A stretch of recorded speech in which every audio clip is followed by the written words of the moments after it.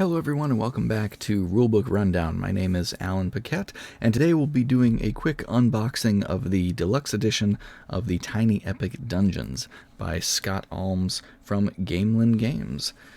So it's looking like it's going to be a pretty fun time with the 1 to 4 player co-op dungeon crawl in such a small box.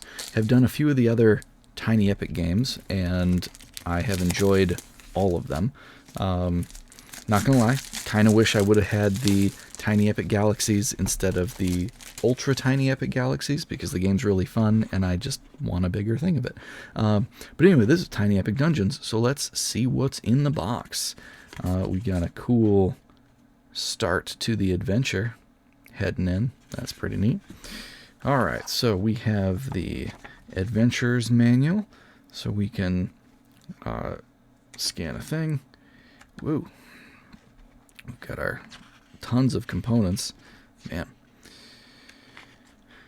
I have a lot of text here. I had scoped out the Dice app that teaches you how to play the game, and that seems like that will be a really good supplement to all of this. This is pretty substantial, but I think the main thing is going to be this here, of keeping track of all of the different icons, but they have a nice little fold-out thing on the back of the manual, so that's good. That'll help a lot.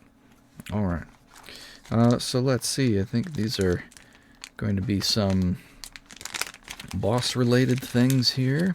Oh, this is the Potions and Perils mini expansion. All right, so that has a couple of dragon figures here. Those are pretty cute screen printed dudes. Oh man, we've got the Demon Lord and the Lich. Alright, so there's their Act 1 and Act 2 sides. So it must be these things as well, with the little rules here. And these just going to be more tiles for the game if you are using this mini expansion. Cool. So I had forgotten that was included in there. Pretty excited about that. Okay, so that is that bit. So we'll start off with the miniatures here. So these are our different characters, and they are pretty nice. They've got heft to them. They don't really feel like they're going to be breaking anytime soon. It's not like super amount of detail, but you can at least see like the braids on his beard and his mustache. That's pretty good. Yeah, a lot of figures. Neato.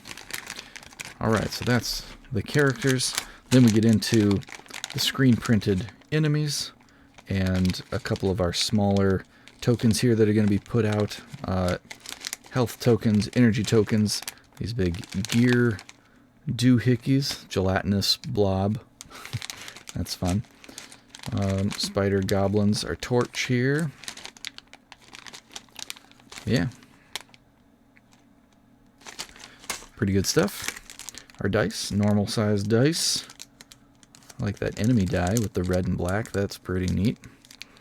Energy stuff. Rolling attacks, you keep one value, and then if you have a plus, you can add that to it. So that's a fun time. And then all of the tiles, or cards, that are acting as tiles. But I think tiles would probably be, like, cardboard tiles would probably be too thick to go in here. We got a nice linen finish, though, on these. So we have our starting area. We've got some spells. I guess we'll go from this side. So we have our standard goblins that come out, and then some items, different equipment that goes on the various locations for you. Neat. Claw of the Panther. And then some enemies. These are some larger enemies that have health that you actually have to track, whereas the goblins have 1 health, so you don't have to track that. So these are going to be the ones that have these screen printed meeples there. So that's pretty cool. A bunch of different dudes of those. And then the map tiles. We have all sorts of different map tiles. Treasure stuff, there's goblin stuff, trap stuff, portal stuff, and then spells.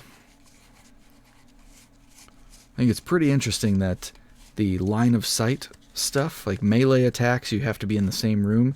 Ranged attacks are like in a straight line. Magic attacks don't have to be in a straight line. They just have to be whatever distance away, which is why they have this cool like swirly-do symbol there.